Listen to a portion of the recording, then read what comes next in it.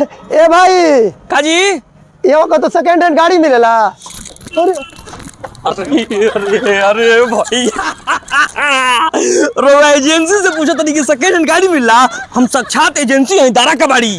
आई लोग हम गाड़ी दिखाओ तनी। ए मर दे तू तो डेढ़वा देल है। हई देखी वैगनार सुबह ही आइल मात्र 3 लाख के बिया।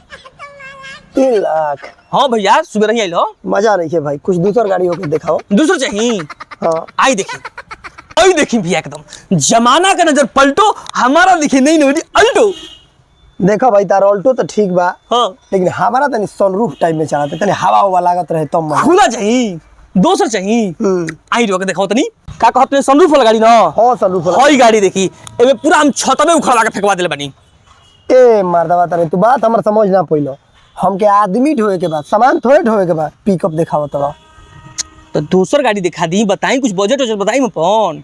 देखो भाई हमार बजट 10-15 हजार रुपया लायक बताई। 10-15 हजार?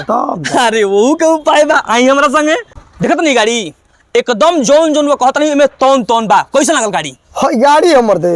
ए महाराज हाउ देखत नहीं टायर लेके लगा ली गाड़ी हो गईली। आ सुनी रोवा एही लायक बानी।